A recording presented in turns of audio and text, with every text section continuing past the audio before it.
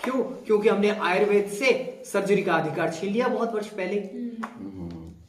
वो इसलिए छीना गया ताकि आयुर्वेद अपने पांव पे खड़ा हो ही ना पाए। दूसरा काम बड़ा अच्छा किया इन्होंने कि जितने भी आयुर्वेद पढ़ने वाले हैं वो सब मेडिकल स्टडीज के अंडर डालकर उन सबको 80% सिलेबस जो पढ़ाया जा रहा है आयुर्वेदिक डॉक्टरों को वो एलोपैथी का ही पढ़ाया जा रहा है। यानी जब आयुर्वेदिक डॉक्टर बनकर निकलता है तो उसमें वो आत्मविश्वास होना ही नहीं चाहिए, ये वो सुनिश्चित कर रहे हैं, होना ही नहीं चाहिए कि ये किसी का उपचार कर पाए। अधिकतर आयुर्वेदिक डॉक्टरों की मजबूरी है, वो तो ईमानदारी से पढ़े बेचारे, पर उनकी मजबूरी ये है कि उनको इस तरह से ज्ञान ही उपलब्ध नहीं किया गया, उनको इक्विप्ड नहीं किया गया। आप समझ रहे?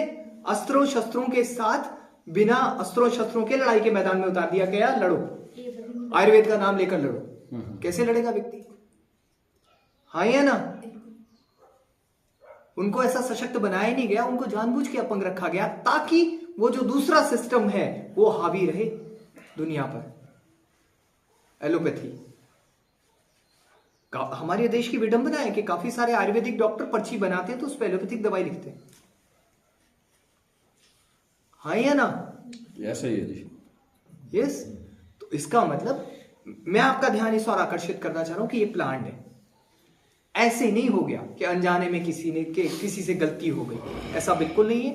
ये प्लान्ड है, योजना पूर्वक किया गया है सब कुछ। अब आपके लिए एक घटना बता देते हैं। एक घटना तो क्या, एक एनालिसिस कि क्या है। आप अगर देखें तो जितने भी आदिवासी क्षेत्र हैं, सबका ध्यान यही है ना, आप जितने भी आदिवासी क्षेत्र हैं वहां पर लोग बीमार नहीं होते हैं, होते हैं तो बहुत कम होते हैं, और अगर बहुत कम बीमार होते भी हैं तो अपने वहां की लोकल औषधियों से ही ठीक हो जाते हैं। यस। गड़बड़ कहां है? जहां पर भी एलोपैथी डॉक्टर और सिस्टम पहुंच गया, IMA इंडियन मेडिकल एसोसिएशन जहां पहुंच गया, बीमारी वहीं शुरू होती। ये आप उठाकर देख लो, सिजेरियन केसेस वहां शुरू होते हैं, महिलाओं के रोग वहां शुरू होते हैं, जोड़ों की दर्दें तभी शुरू हो रही हैं। या तो पानी में कोई केमिकल हो के एक अलग बात है, अदरवाइज नहीं होता है कोई व्यक्ति बीमार। जहां पर अंग्रेजी औषधीय पद्धति पहुंच गई वहीं पर बीमारी हो रही है लोगों को। आदिवासियों के अंदर, छत्तीसगढ़ के अंदर आदिवासी क्षेत्रों में कोई बीमारी नहीं होते थे, वहां पर डिलीवरी नॉर्मली होती थी हर महिला की। अब वो बोल रहे हैं जब से बोले डॉक्टर यहां आए हैं तब से बोले सिजेरियन ऑपरेशन भी शुरू हो गए। बात समझ आ रही है आपको? बहुत गंभीर मामला है। और विडंबना ये है, मैं बहुत बड़ी स्टेटमेंट देने वाला हूं, जो डॉक्टर हैं, अधिकतर डॉक्टरों को पता है कि हम इलाज नहीं जानते, नहीं जानते।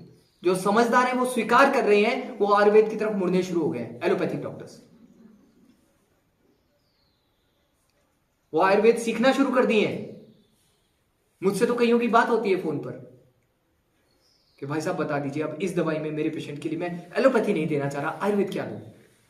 तो हम बता देते हैं तो दवाई की, ठीक है ये करिए, क्योंकि हमारी रोगियों की सूची में बहुत सारे एलोपैथिक डॉक्टर हैं। वो छुप छुपा कर आते हैं, पर अपनी दवाई तो वो हमसे लेते हैं आकर। हमारे पिताजी ने एक बड़ा अच्छा सिद्धांत दिया है जिसके ऊपर एक मतलब आने वाले समय में लोग PhD करेंगे।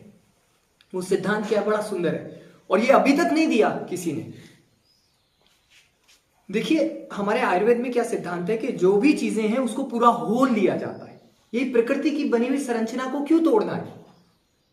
तुलसी है तो तुलसी को पूरा लिया, उसका पत्ता लिया, उसको कूटो पीसो, उसका रस निकालो, उसको दे दो।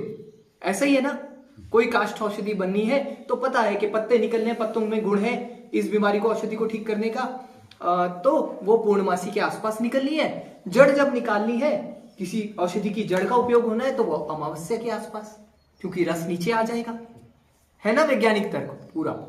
यस। तो उसमें होल लिया जाता है पूरा, मतलब प्रकृति की संरचना को तोड़ा नहीं जाता। पर एलोपैथी में क्या होता है, जो भी चीज आ रही है